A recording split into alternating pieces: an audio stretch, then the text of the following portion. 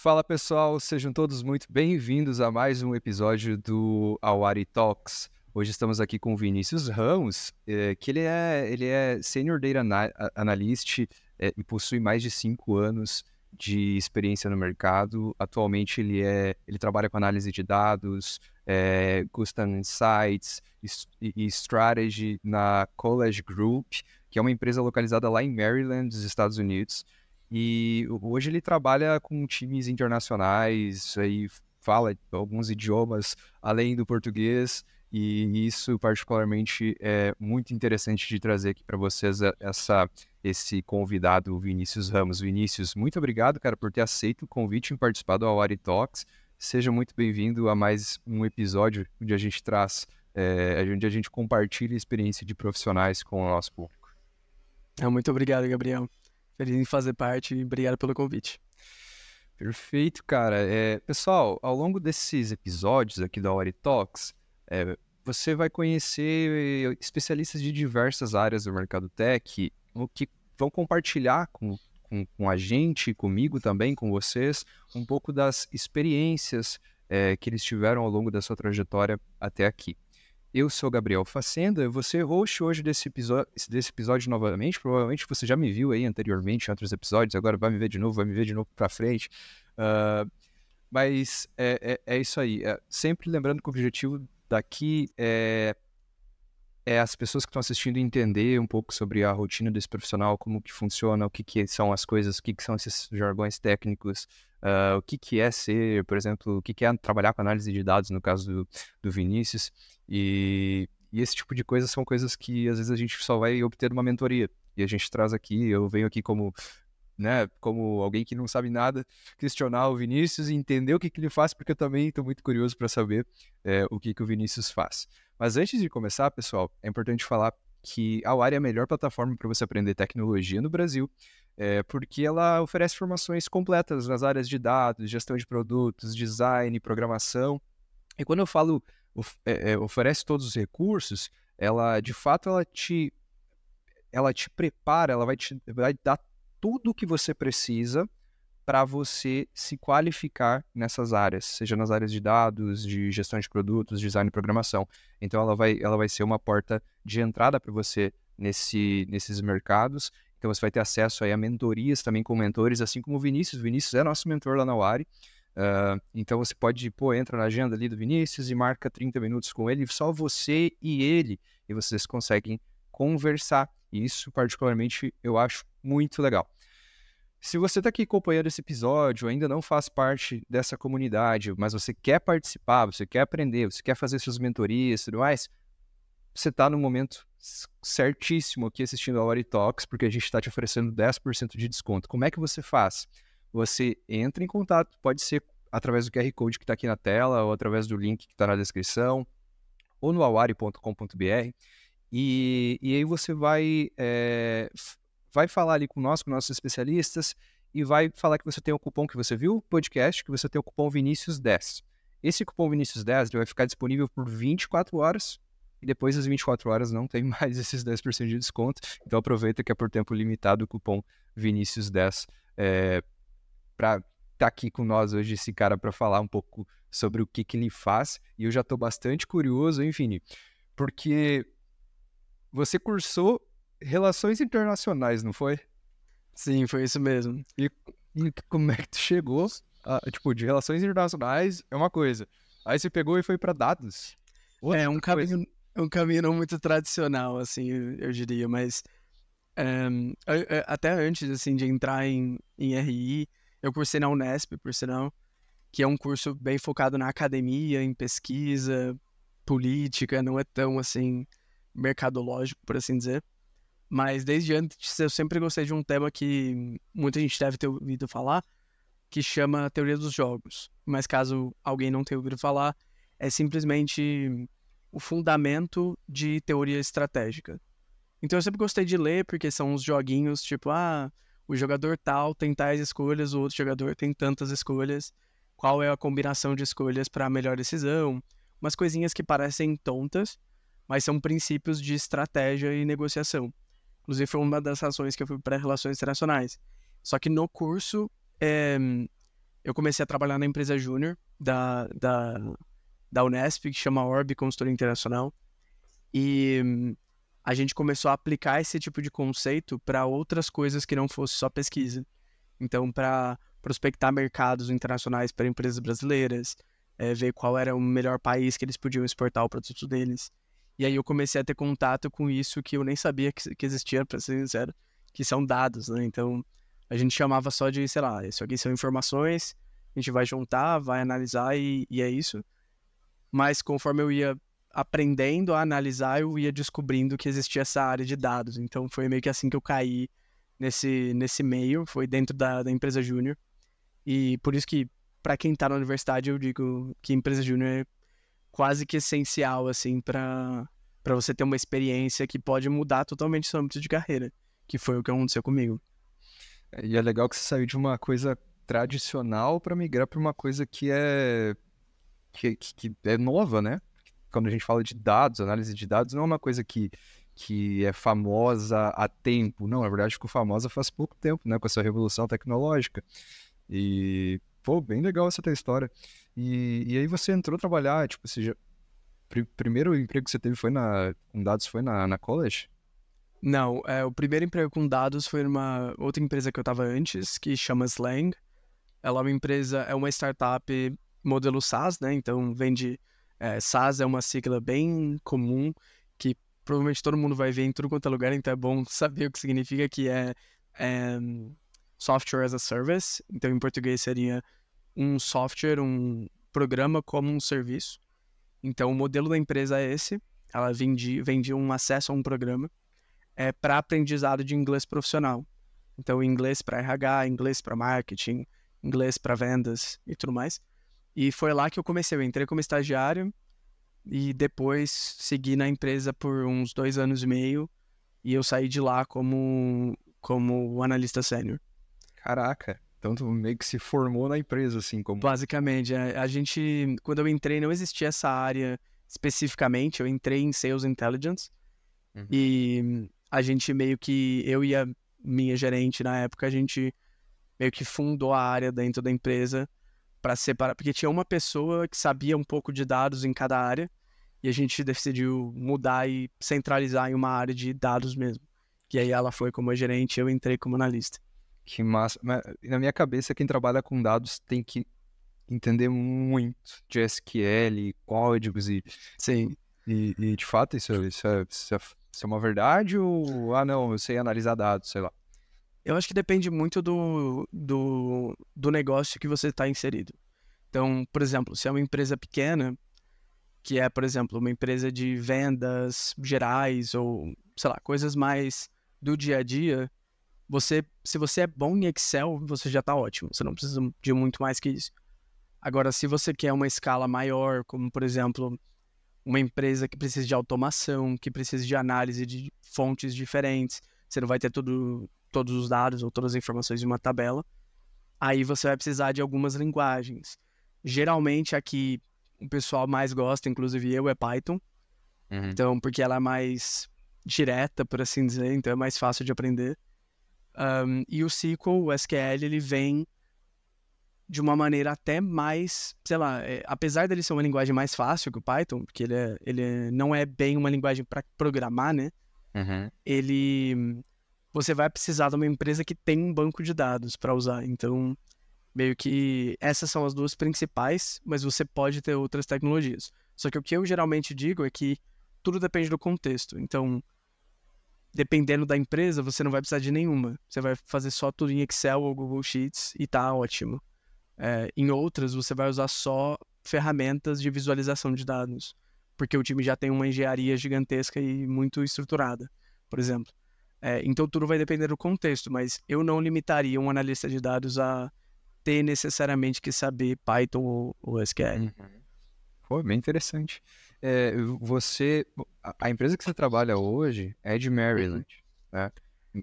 Sim, a gente o HQ, né, que a sede principal é em Bethesda, em Maryland, e a empresa fica em Washington, principalmente, mas a gente tem gente de tudo quanto é lugar dos Estados Unidos, assim.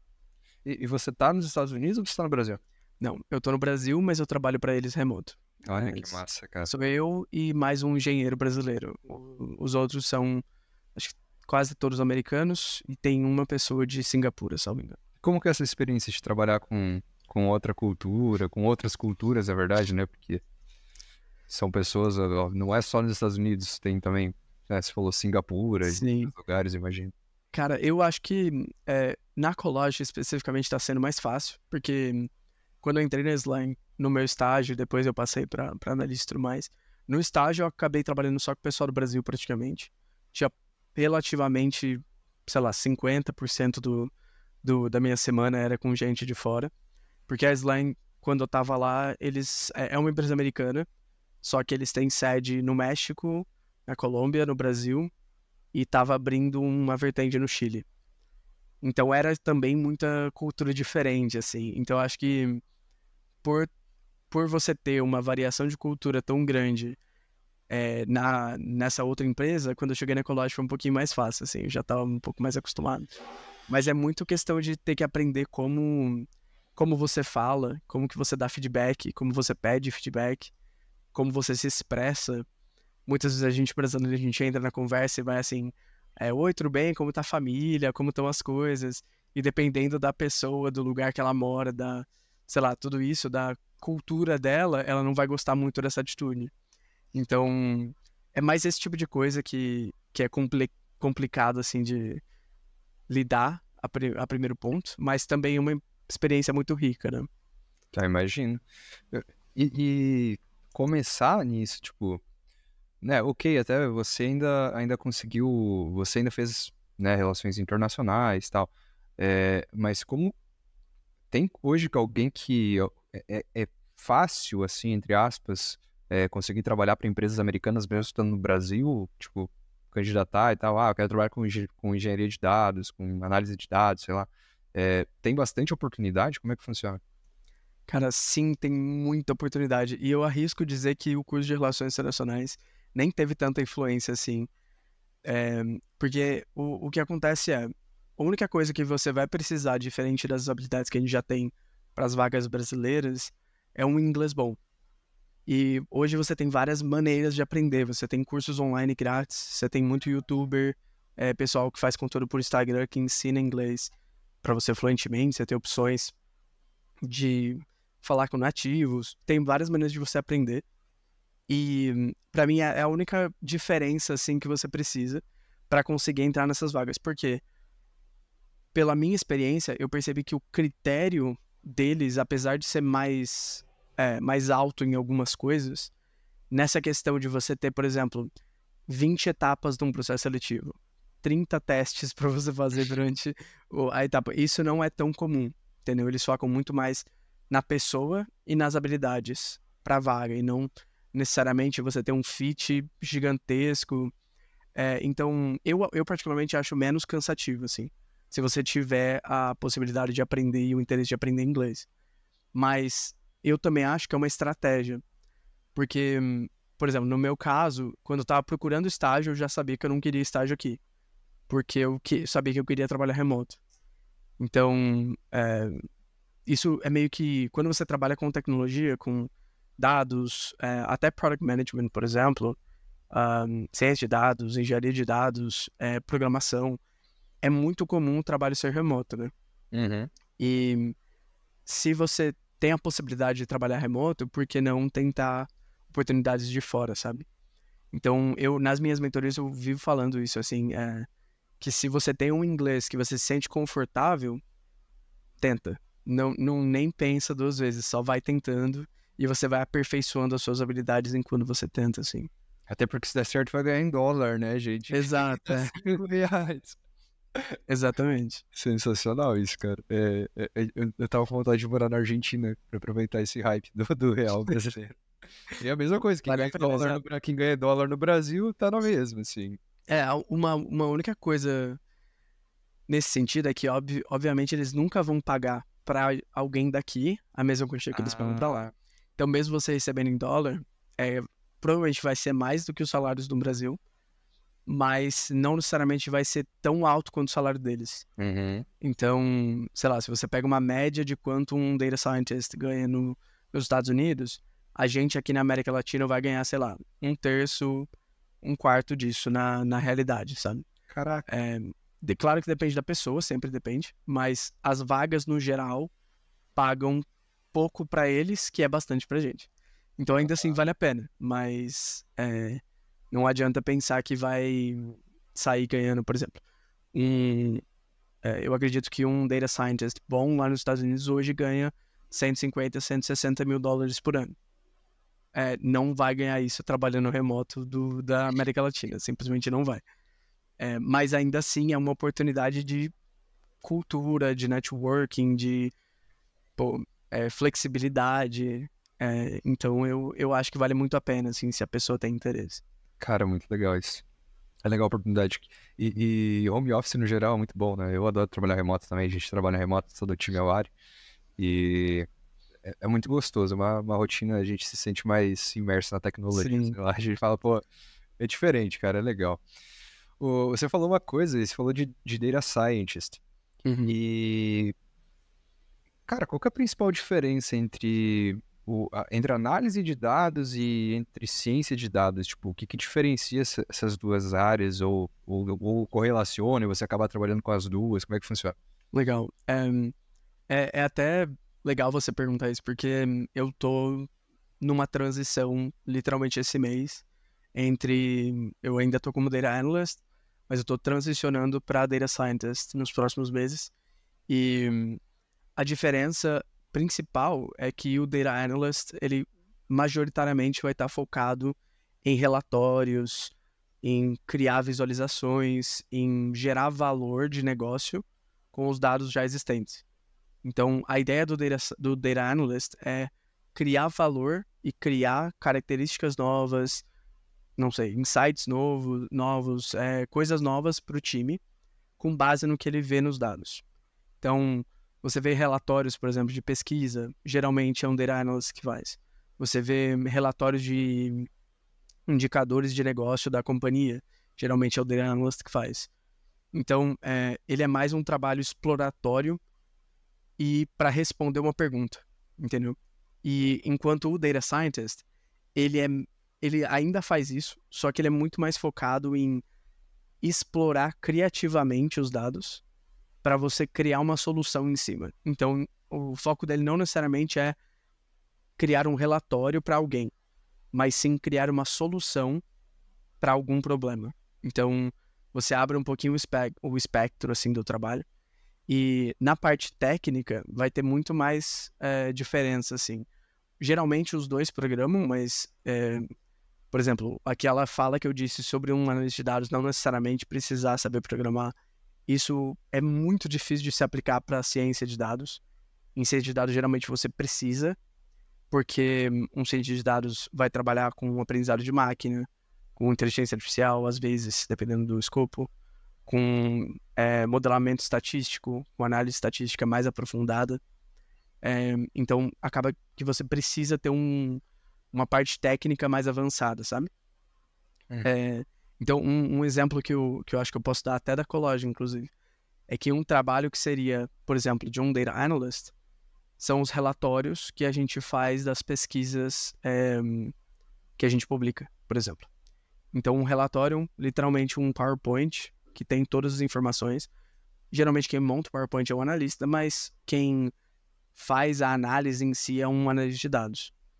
Agora, um cientista de dados, ele vai estar pensando, por exemplo, em como que eu consigo relacionar o meu dado de pesquisa com o censo dos Estados Unidos para dizer para o meu cliente, por exemplo, esse ponto de dado aqui que eu tenho da pessoa que gosta da sua marca, ele está nessa região, não sei, nessa região de Nova York, e você pode chegar nele com esse tipo de propaganda.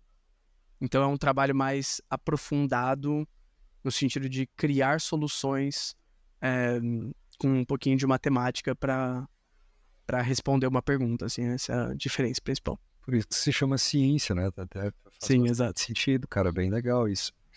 O que a Collage faz, cara? Não acabei não te perguntando. Boa, não, boa pergunta. A Collage, ela é uma empresa de pesquisa de mercado, basicamente. Então, em resumo, é uma empresa de pesquisa de mercado. e a gente foca principalmente em pesquisa direcionada a minorias. Então, a Colage só faz pesquisa nos Estados Unidos atualmente, porém, não é para o americano geral. Então, a gente se importa com discriminação por etnia, por sexualidade, por gênero, por preferência sexual, por, sei lá, qual o seu país de origem. Então, se você é descendente de hispânico ou latino, de qual país você realmente veio, ou sua família veio. E aí a gente pesquisa em cima disso, voltado para artigos culturais e de comportamento de compra. Então, a gente roda sempre pesquisas de marca, pesquisas de anúncio, pesquisas de culturalidade. Então, um exemplo simples, assim, perguntas que sempre surgem, por exemplo, qual a diferença de comportamento para comprar alguma coisa do McDonald's de uma pessoa negra para uma pessoa hispânica? Entendeu? Ou então, qual a diferença de... qual etnia gosta mais dessa marca específica de entretenimento, sei lá, Netflix, por exemplo. Então, é com esse tipo de pesquisa que a gente trabalha. Então, tem uma frente de publicação, a gente publica as pesquisas no site, e tem uma outra frente, que é a que eu trabalho, que é de soluções personalizadas e estratégia. Que aí o cliente vem até a gente falando, com base nas pesquisas que vocês já fizeram e tudo mais, eu tenho essa dúvida, eu queria aprofundar nesse tópico, queria fazer uma pesquisa em cima desse público específico ou algo assim, e aí a gente desenvolve tanto a pesquisa quanto a análise e a apresentação para eles. Foi bem legal isso, cara. Bem legal. Parece um estilo IBGE. Mais ou menos, é. Uma que faz... Uma empresa que acho que é mais conhecida aqui no Brasil, que faz um pouco do que a Colage faz, mas não tão específico a minorias, é a Gartner. Não sei se você já ouviu falar que eles têm vários jornais e tudo mais. A Gartner faz isso, a Stata faz isso. Então, são todas empresas de pesquisa de mercado, assim, só que com nichos diferentes, basicamente. Bom, muito legal. Bem legal mesmo. Curti. Eu queria saber, cara, até esqueci o que eu queria saber. Você falou que cientista de dados antes, né? Que às vezes acaba trabalhando com inteligência artificial. Nessa atualidade, imagino que, obviamente, inteligência artificial, machine learning está muito presente, né? Mas como hoje que um data scientist vai trabalhar com inteligência artificial? Eu sei que, obviamente, né, tudo relacionado à inteligência artificial tem muito dados por trás, porque ela se baseia em dados para tudo. Mas qual que é a atuação hoje do data scientist e por que é tão comum a gente falar sobre... Quando a gente fala em ciência de dados, a gente fala em inteligência artificial. Tipo, por que a gente faz essa relação? E é comum, por exemplo, quem começa a trabalhar como cientista de dados tocar nisso em algum momento, hoje em dia? Boa. Vou começar pelo final. Sim, é bem comum. Eu acho que sempre vai depender do seu mercado, novamente. Mas algo que eu acho que está acontecendo atualmente é que a gente está pensando em inteligência artificial só como inteligência artificial generativa, que não necessariamente é o aspecto total. Então, quando a gente fala de inteligência artificial generativa, é aquela que você nutre ela com alguma coisa e ela te nutre com algo de volta que não é scriptado, que não é algo, sei lá, programado, por exemplo. Uhum. Então, claro que a inteligência artificial, a ideia é que ela nunca te retorne algo programado, porque senão não seria inteligência. Porém, a gente acaba pensando muito em ChatGPT, em, sei lá, o DALL-E, em Midjourney, no Bard da Google, tudo isso. Gemini, que agora teve aquela polêmica da Google e tudo mais. Mas inteligência artificial, ela pode ser também algo só para a parte de trás do negócio e não necessariamente focado no público-alvo. Então, o seu produto não necessariamente precisa ser inteligência artificial, sabe? E um exemplo de aplicação, assim, para a ciência de dados é quando, sei lá, você pode construir um modelo de uma inteligência que ela estuda só os dados da sua empresa. Claro que você tem que ter uma empresa gigantesca, mas você vê, por exemplo, a IBM, a Google, todas têm esse tipo de serviço, que eles estudam os próprios dados a ponto de, por exemplo, poder criar dados novos para análise mais escaláveis, ao ponto de você conseguir automatizar ou passar para a inteligência artificial algumas tarefas que antes eram feitas por pessoas. Claro que a gente está longe disso ser muito escalável, mas é para isso que você acaba usando. E um exemplo que eu tenho da própria Collage, é claro que eu não vou entrar em muitos detalhes por questão de privacidade, mas é que quando você trabalha com pesquisa, muitas das pesquisas você vai acabar tocando perguntas abertas, né? Então é quando você pergunta para a pessoa, pô, eu não escreva aqui o que você achou dessa marca, ou desse anúncio, ou alguma coisa. A gente trabalha com parceiros e também eu desenvolvi uma solução interna para isso, que a gente consegue, por exemplo, pegar essas respostas e eu consigo perguntar, falando assim, qual é a impressão do anúncio para pessoas asiáticas, entendeu? E aí você consegue reduzir muito o tempo de trabalho humano em algo que já vai sendo mais integrado, entendeu? A gente acaba trabalhando com o GPT nesse momento, mas a gente também tem parceiros que são empresas focadas 100% nisso, que eles trabalham com inteligências artificiais próprias, assim.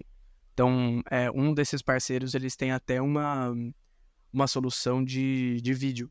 Então, eu posso gravar um vídeo seu, respondendo a minha pergunta, respondendo a minha pesquisa, e o sistema deles consegue transformar isso em dados para mim, para eu conseguir fazer as análises depois, entendeu? Então, isso é pura ciência de dados, por assim dizer. Cara, e é massa porque, aparentemente, igual tu falou da Google ali e tal, essas empresas grandes, basicamente a inteligência artificial está fazendo a própria ciência de dados ou análise de dados. Pode-se dizer que sim. É que em dados, os nomes ficam muito confusos, assim, porque se você for ver, por exemplo, quase tudo está englobado dentro do campo de inteligência artificial, entendeu? Desde, se você pegar nesse espectro, né? Machine Learning, por exemplo, é algo separado em teoria, mas você não faz inteligência artificial sem Machine Learning. Do mesmo jeito que, sei lá, estatística e modelamento estatístico. Você não faz inteligência artificial sem isso. Então acaba que a inteligência artificial ela é um campo tão grande e tão expansivo que ela acaba englobando quase tudo que existe em ciência de dados. Que louco, Então, cara. por isso que acaba que sempre que a gente comenta de ciência de dados, acaba comentando de inteligência artificial. E você acha que com esse crescimento agora das IAs, esse boom, vai ocorrer um aumento da busca pelas pessoas que trabalham com dados ou eventualmente tende a uma diminuição dessas pessoas que trabalham com dados? Porque, por exemplo, hoje tem muita coisa que eu posso abrir o GPT-4, colocar a minha planilha, sei lá, de anúncios do Google Ads e obter alguns insights com isso, né? Obter alguns insights pela análise de dados da própria OpenAI. Você acha que pode acontecer um aumento pela procura desses profissionais ou uma diminuição? O que tu pensa sobre? É uma pergunta polêmica, por assim dizer. Só antes de responder, eu daria uma dica que é sempre bom tomar cuidado com o que você coloca no ChatGPT, porque a política da OpenAI é de inclusão para aprendizagem. Então, tudo que você coloca lá, eles usam para aprender. Então, eu não colocaria, por exemplo, informação confidencial. Então, só um alerta para todo mundo, assim, se você usa, por exemplo, para analisar dados da sua empresa, você está compartilhando os dados da sua empresa com a OpenAI, dependendo do modo e do plano do ChatGPT que você tem. Alô, CEO, não me mata. Exato. Eu vou cuidar aqui. Então é bom tomar um cuidado, sempre dar uma lida assim na página deles de privacidade para ter certeza de onde colocar. Mas eu acredito que, como qualquer tecnologia no geral, assim, a gente viu isso com o Copilot do GitHub. Copilot é uma, por assim dizer, uma inteligência artificial, basicamente, do GitHub. GitHub é a maior plataforma de, sei lá, guardar e criar versões do seu código, dos seus produtos. Eles têm uma ferramenta que, por exemplo, quando você está escrevendo código, ela te sugere como completar. Caraca. Ou então você pode perguntar para ele o que você deveria escrever para fazer o que você quer, e aí ele vai lá e escreve para você. Então, eu acho que tanto o ChatGPT, quanto o Copilot, quanto o Bard, quanto várias outras, vai sempre cair na premissa que a gente teve a discussão quando chegou o Midjourney, sabe, com os artistas.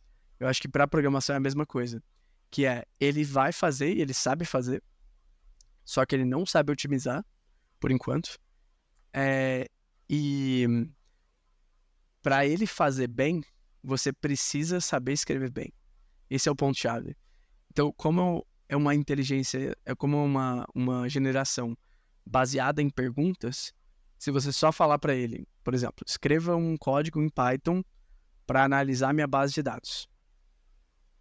Ele vai escrever alguma coisa, só que ele não vai saber responder perguntas muito específicas, porque você, vamos supondo que você não é um analista de dados, você não vai saber perguntar para ele, porque você não tem o conhecimento do meio e do campo, entendeu? Então, tem vários exemplos de inteligência artificial generativa para imagem, por exemplo, que é uma pessoa criando uma imagem, uma pessoa normal, e um artista criando a mesma imagem. E a diferença é gigantesca. E é simplesmente porque o artista, ele conhece o que ele está falando, ele sabe fazer. Então, ele sabe o que perguntar para ela fazer direito. E eu acho que em ciência de dados e análise de dados é a mesma coisa. Então, claro que ela pode substituir coisas muito, muito básicas, mas se você quer algo que realmente vai gerar valor para a empresa, que geralmente é mais caro e é mais avançado, se você não tem um cientista de dados ou um analista de dados para perguntar direito, não vai virar nada, sabe? Eu não sei se você chegou a ver que tem algumas extensões para o Google Sheets que usam o ChatGPT para você, por exemplo, transformar tabelas. Para esse tipo de coisa que é mais simples, ela é perfeita.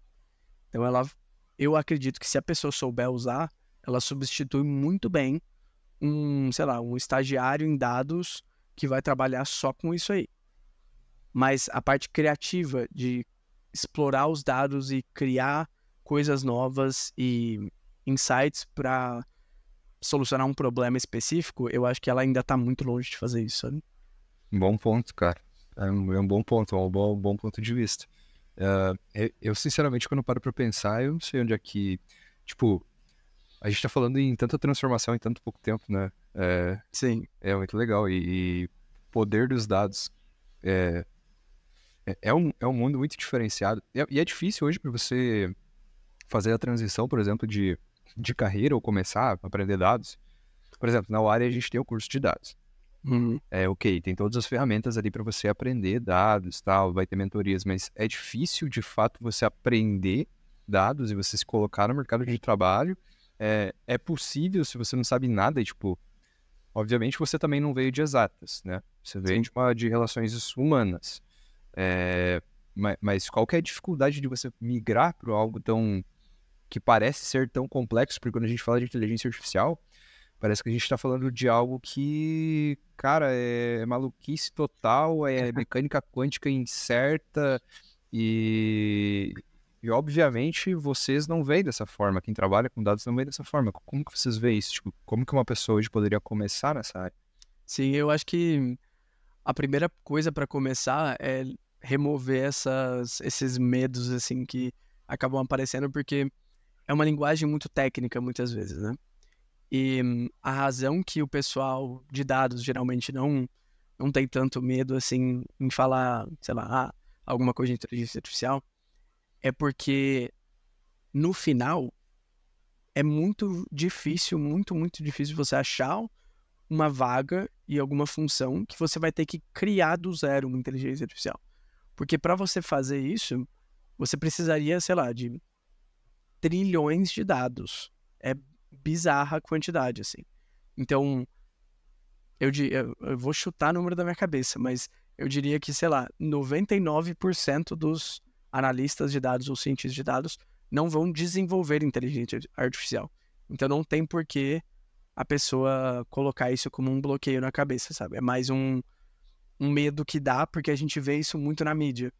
Mas a gente não percebe que, às vezes, por exemplo, funções intermediárias, como, por exemplo, um analista de performance de marketing, esse cara, ele tá fazendo análise de dados. só que ele não percebe que é análise de dados, porque quando você ouve esse nome na mídia, só vem inteligência Código. artificial, ChatGPT, código.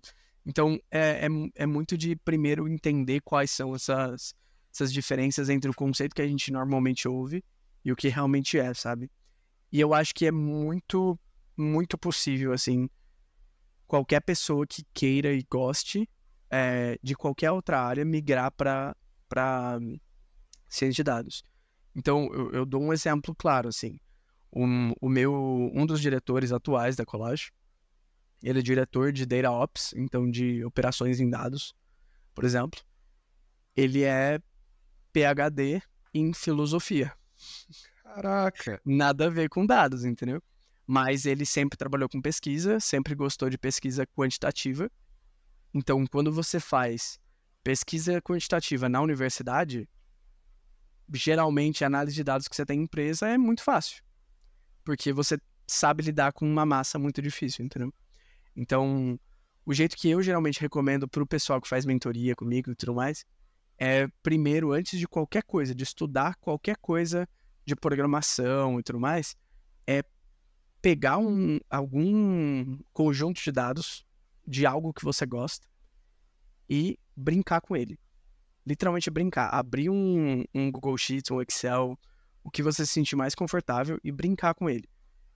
Então, tem muita base aberta na internet. Então, você procura, por exemplo, base de dados, sei lá, de livros, base de dados, filmes, base de dados, jogos, qualquer coisa, geralmente você vai achar.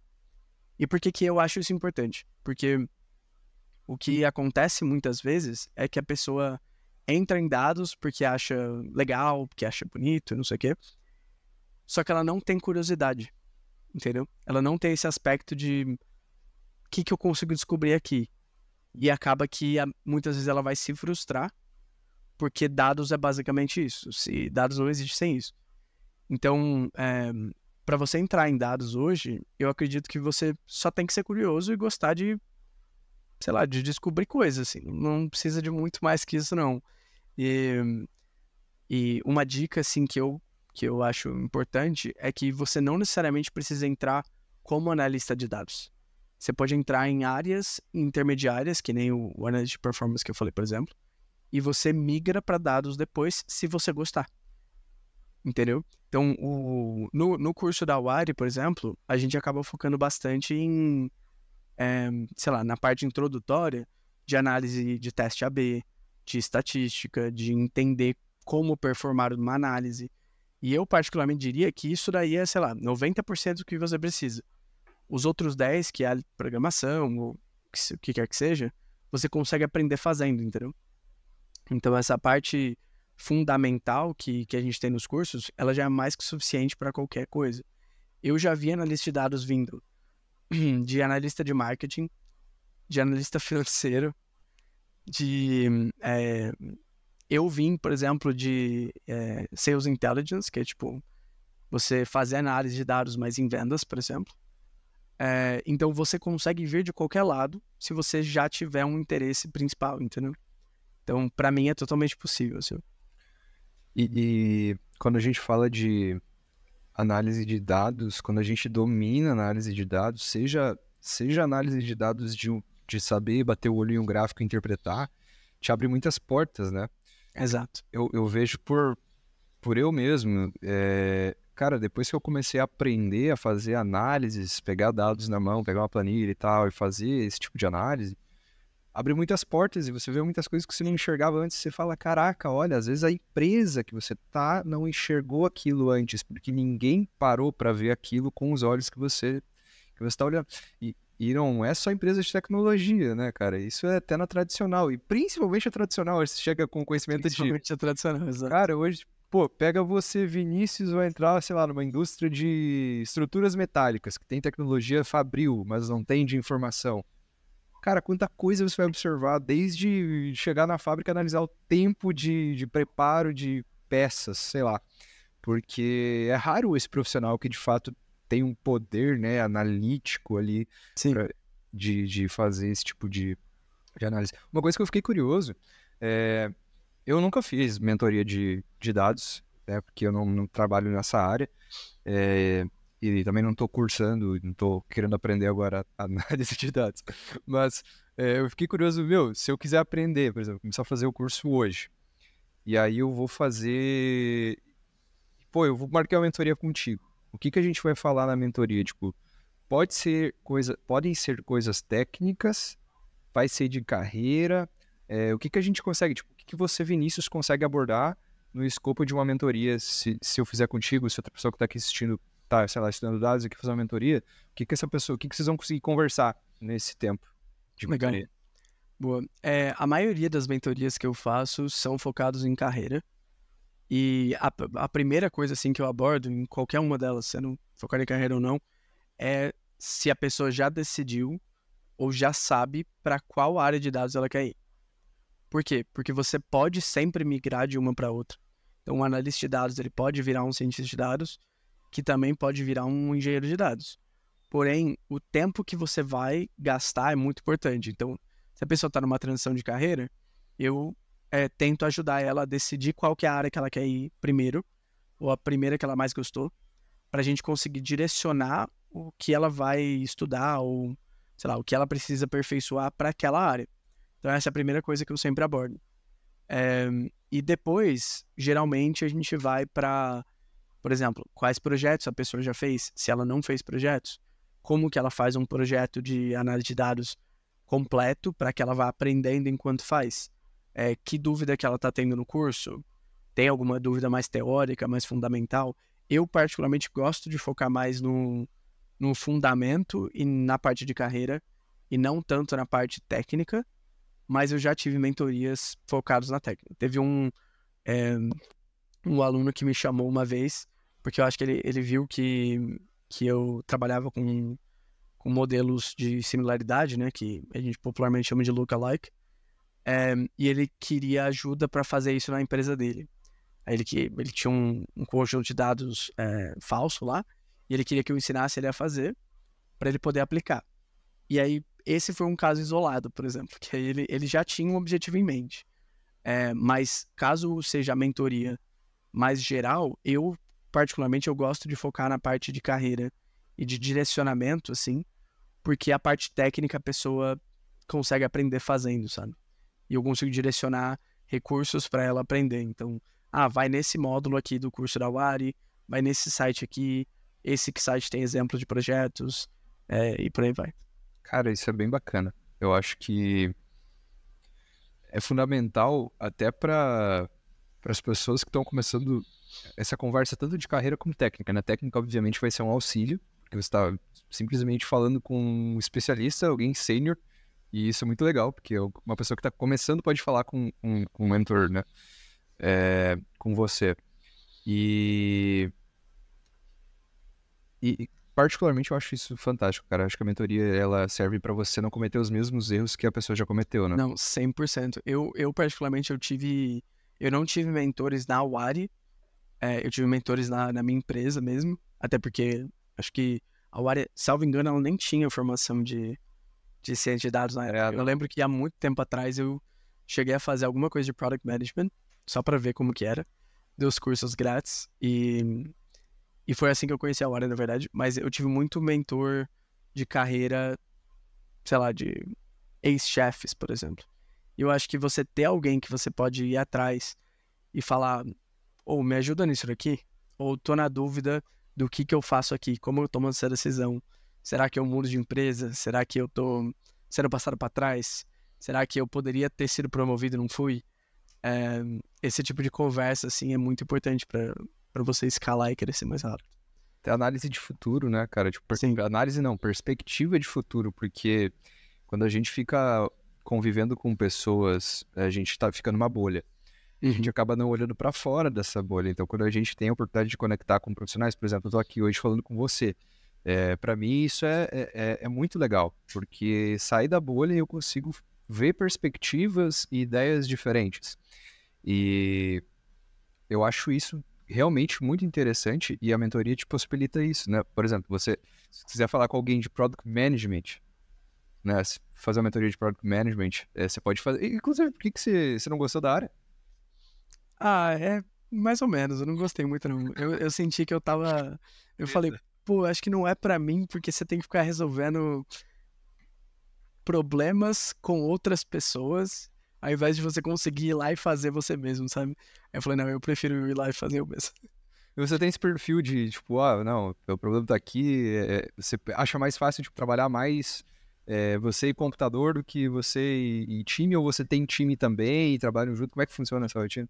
Cara, na colagem especificamente, o meu time é um pouquinho menor, mas eu gosto dos dois aspectos.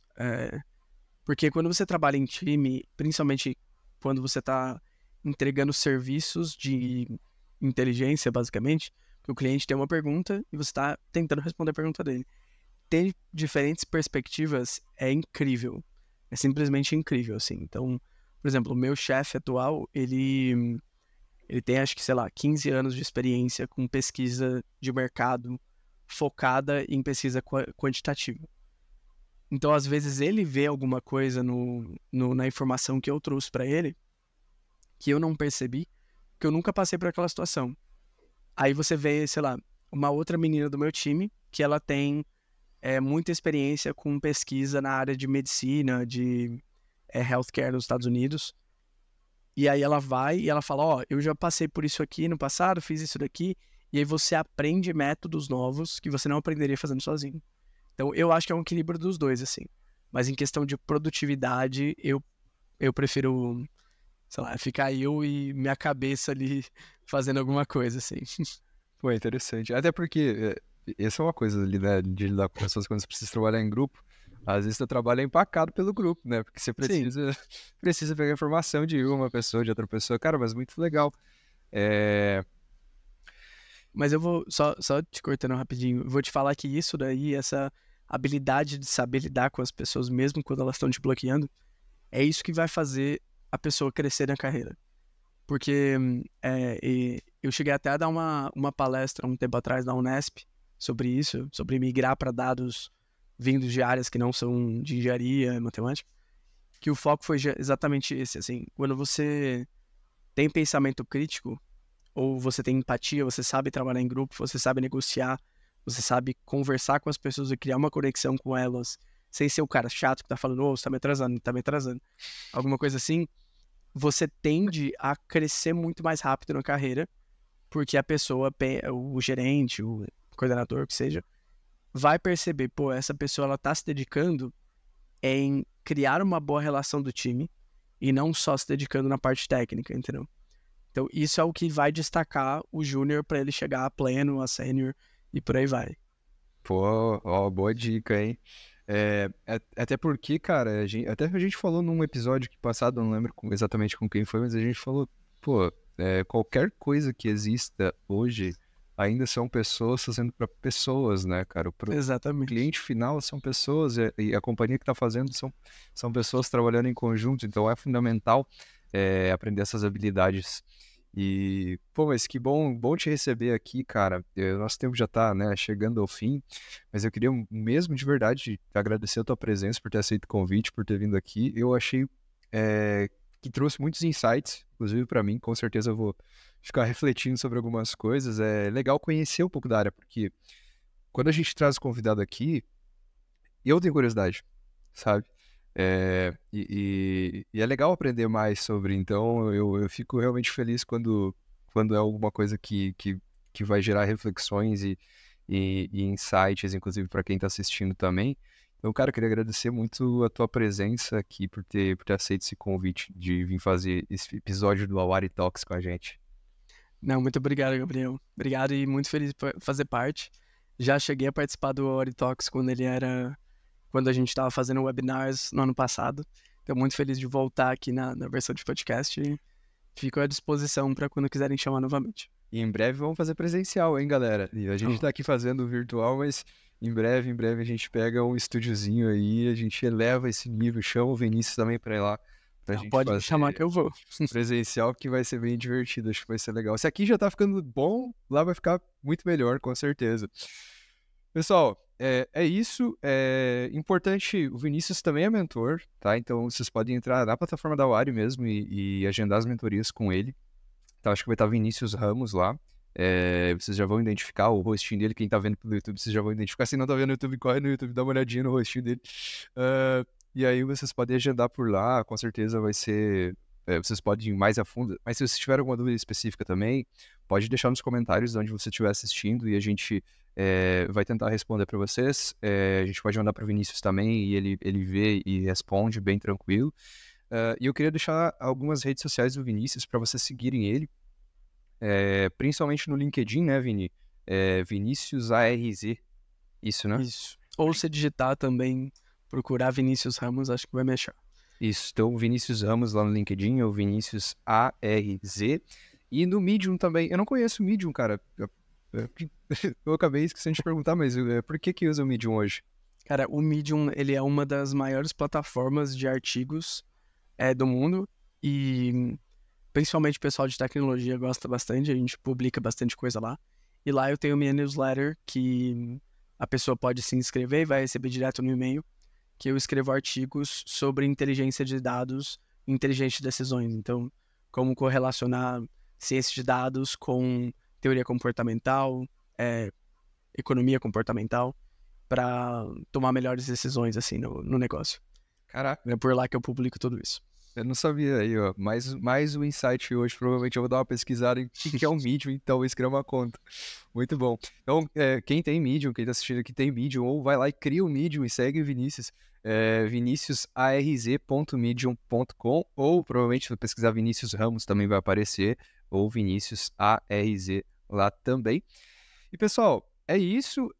Esses e outros episódios estão disponíveis em todas as plataformas de streaming. Quando eu quero dizer todas, quase todas. YouTube, Spotify, Amazon Podcast, Google Podcast, Deezer. Então tem bastante, tá? Vocês podem buscar. Eu acho que a maioria que todo mundo usa, com certeza tem. Principalmente no YouTube. Também se está ouvindo no Spotify, pode ver esse episódio lá ou aqui pelo YouTube. E sigam o @awaribrasil, então @awaribrasil no Instagram.